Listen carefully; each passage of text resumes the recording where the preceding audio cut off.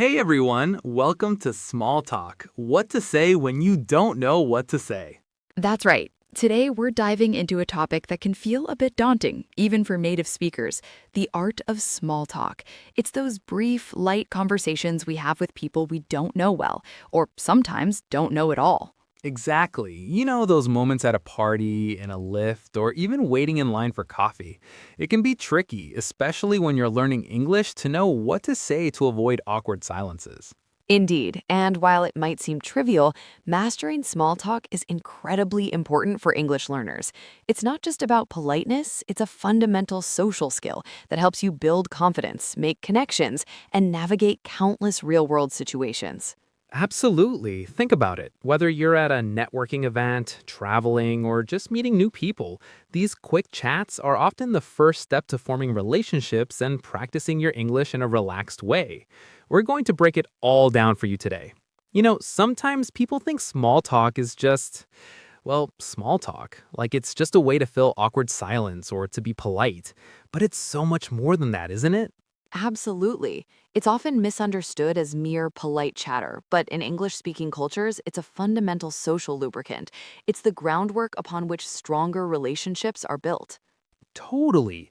Think about it. How else do you get to know someone new at a party, or even just strike up a conversation with a colleague you don't know well? It's how you build rapport, that sense of connection and understanding with others. Precisely. Small talk allows us to test the waters, to find common ground, and to establish a comfortable atmosphere before diving into deeper subjects. It's essential for making those initial connections, whether for social or professional networking. And it really helps you navigate different social situations, doesn't it? Like if you're new in a country or even just starting a new job, knowing how to do small talk makes you feel so much more confident and part of things. It breaks down those initial barriers. Indeed, it demonstrates an openness to interact and engage, which is highly valued. It's truly a vital skill for anyone looking to feel more comfortable and connected in an English speaking environment. Okay, so we know why small talk is important, but how do we actually start a conversation when you're just standing there feeling a bit awkward?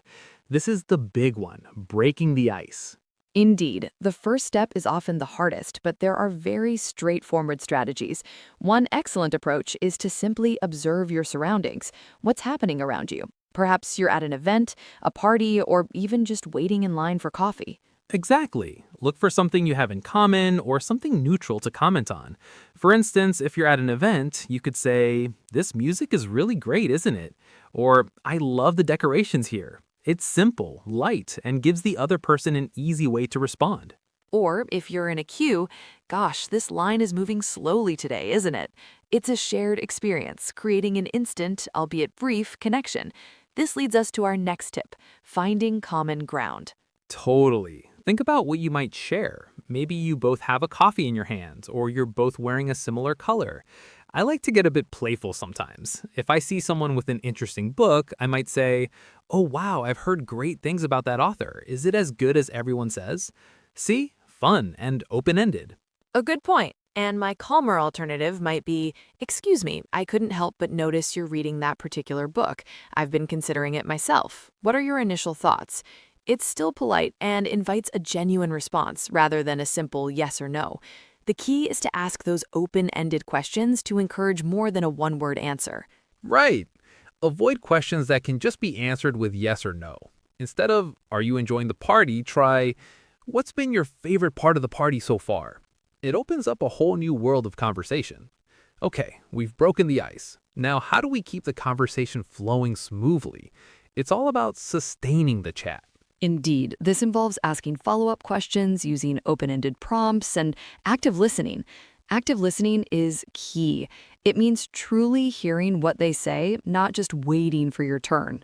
Right. So if someone says, "My weekend was quite busy," instead of just, "Oh, okay," which ends the conversation. You could ask, "Oh, really? What kept you so occupied?"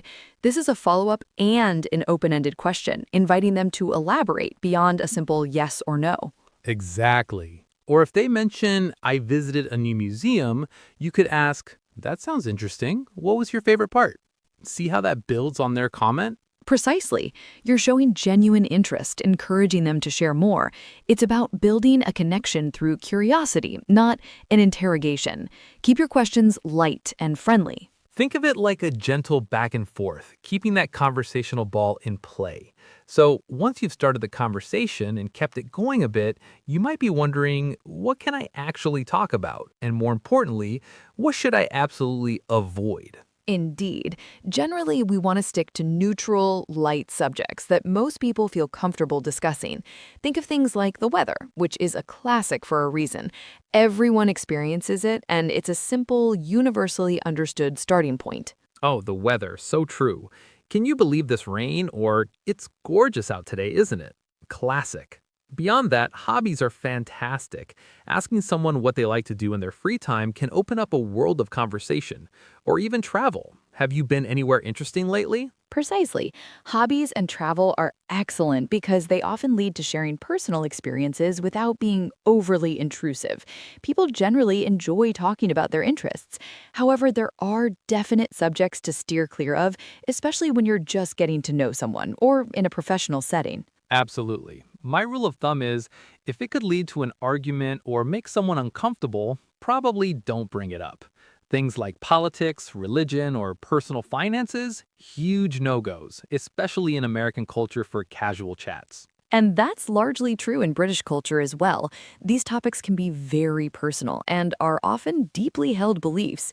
Introducing them into small talk can create tension or make the other person feel scrutinized or even offended.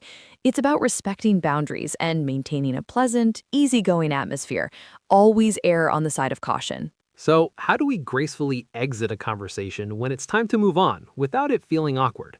A simple, "It's been lovely chatting with you, but I must be going now," works wonders. Or perhaps, "Well, I should let you get back to it." Oh, I like to say, it was great catching up. I'm going to grab another coffee. And remember, we talked about observing your surroundings, asking open-ended questions, and focusing on safe topics. Exactly. Practice those phrases and engage with genuine interest.